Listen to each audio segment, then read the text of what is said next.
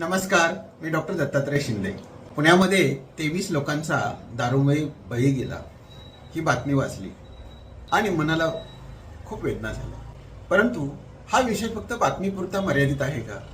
तर अजिबात नाही. गेले अनेक वर्ष आम्ही फॅमिली डॉक्टर म्हणून प्रॅक्टिस करतो, तेव्हा एक गोष्ट प्रकर्षाने जाणवते की ज्या घरामध्ये कर्ता पुरुष हा दारूच्या आहारी गेलेला आहे त्या घराची अक्षरशः वाताहत झालेली असते. खरं तर ते संपूर्ण कुटुंब, आई वडील असतील, पत्नी असेल, मुलं असतील, ह्या नरक यातना सहन करत असतात. तेव्हा पुढच्याच ठेच मागचा शहाणा या म्हणीप्रमाणे आपण या गोष्टीतून काही बोध घेणार आहोत की नाही. या दारूमुळे शारीरिक, मानसिक, आर्थिक, सामाजिक आणि कौटुंबिक प्रचंड हानी होत असते.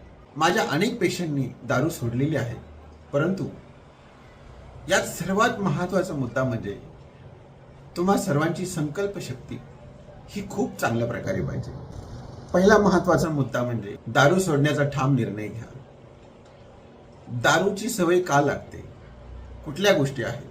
ताण असेल, सवयी असतील, संगत असेल, या गोष्टीवरती मनन करून त्यापासून परावृत्त व्हा.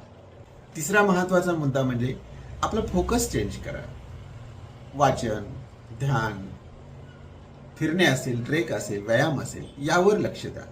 म्हणजे निश्चितपणे आपण त्यातून बाहेर पडू. दारू पिणे ही खूप मोठी सामाजिक समस्या आहे, तसेच हा एक आजारपण आहे. तर आपल्या कुटुंबाची, आपल्या फॅमिली डॉक्टरांची, चांगल्या नातेवाईकांची मदत घ्या. चांगले समुपदेशन किंवा तज्ज्ञांची मदत घ्या.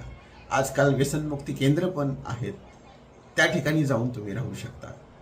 आणि सर्वात महत्त्वाची गोष्ट म्हणजे पुण्यामध्ये किंवा अनेक मोठ्या शहरांमध्ये अल्कोहोलिक अनॉनिमस नावाची एक संस्था आहे. ती फ्रीमध्ये काम करत असते. फक्त त्यांच्या रोज मीटिंग असतात. त्या मीटिंग जर आपण अटेंड केल्या तर आपण 100% या दारूपासून मुक्त होऊ. आपल्या कुटुंबाची आणि आपली स्वतःचं आपण व्यवस्थित रक्षण करू आणि तुम्ही नक्की हे करू शकाल याची मला खात्री आहे. धन्यवाद.